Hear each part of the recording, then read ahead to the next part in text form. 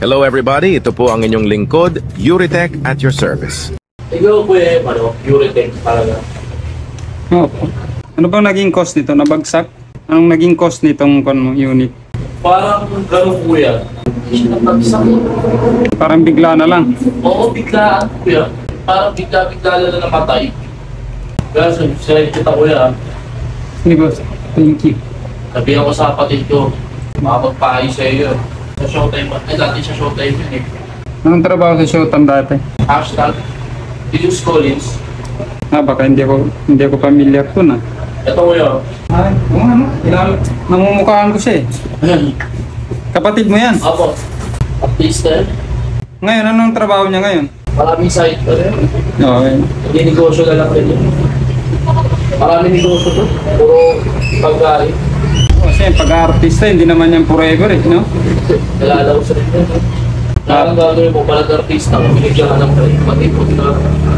Oo. Pero yung iba kasi mahirap din kasi pag hawak mo na yung pera eh. Pag wala ka pang pera, mindset mo mag-iipon eh. Pag nandyan na, bukas na lang, may darating pa naman eh. Oo, malakas ka eh. Dito ay habang nag-uusap kami ni Sir, ay biglang nag-restart ang kanyang iPhone XS Max. At ito nga yung concern ni Sir na every 2 to 3 minutes ay kusang nagre-reboot ang kanyang iPhone. Maraming dahilan kaya nagre-restart ang isang iPhone at hindi ito bago na issue sa mga Apple devices. And as a matter of fact, it is widely known issue for every model of an iPhones. And since it is commonly known issue, kaya alam na natin kung papaano ito solusyonan, pero dapat accurate or approximately accurate yung diagnosis ng technician para hindi mas lumala ang sira. May mga dapat kasing sundan na proseso ng pag-diagnose para ma-pinpoint natin yung main issue ng problema. Then, after ng mahabang diagnosis, ay finally na-pinpoint ko na rin ang main issue ng unit at ito ay ang charging flex. Parang walang connect, no? Pero charging flex po talaga ang salarin, kaya automatic nagre-restart ang unit every 2 to 3 minutes. So stay tuned and grab your popcorn dahil ipapaliwanag ko po kung bakit charging flex ang salarin.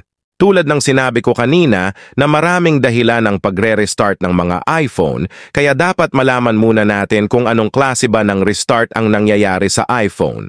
Apple logo, restart ba? Or restart every 2 to 3 minutes? Mahalagang ma-identify muna natin ang issue para mai-apply natin ang tamang diagnosis.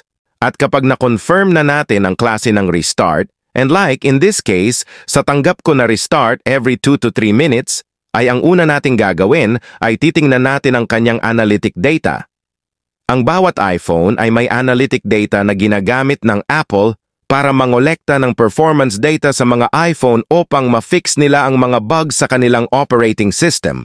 At para makita ang analytic data sa mga iPhone ay pindutin lamang ang setting icon sa menu at hanapin ang privacy and security, then scroll pababa at pindutin naman ang analytic and improvements. At sa loob ng analytic and improvements ay hanapin naman ang panic full data na katulad nito. At kapag may nakita ka ng panic full ay i-click mo naman yan at ganito naman ang lalabas. At dito ay makikita natin ang full performance info ng iPhone at makikita na natin ang error code kung bakit nagre-restart ang unit. Sa pamamagitan ng panic full data ay magkakaroon ng idea ang technician kung ano ang mga posibleng sira ng unit. Napakadaming error code ang posibleng pagmulan ng pagre-restart ng isang iPhone, kaya hindi ko na maipapaliwanag dito dahil baka abutin tayo ng 24 oras sa pagpapaliwanag. At para mas mapabilis ang trabaho namin, ay gumagamit din kaming mga technician ng softwares tulad ng nakikita nyo sa screen.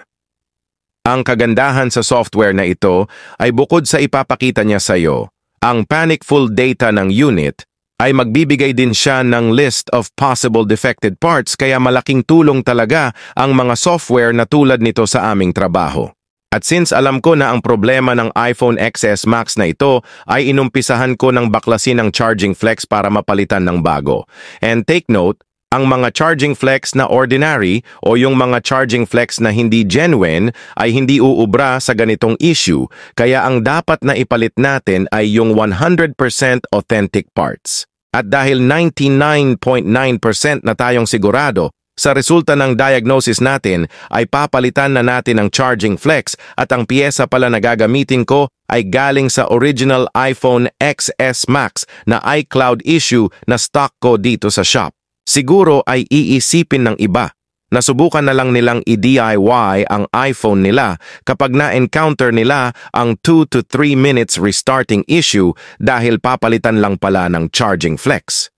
Let me remind you na hindi lahat ng restarting issue sa mga iPhone ay dahil sa charging flex. In fact, bihira lang ang sa charging flex at if ever naman na sa charging flex, ay hindi rin basta-basta ang pagdi-disassemble ng iPhone lalo na sa mga latest model dahil bukod sa very fragile ang LCD, ay napakamahal din ng mga piyesa.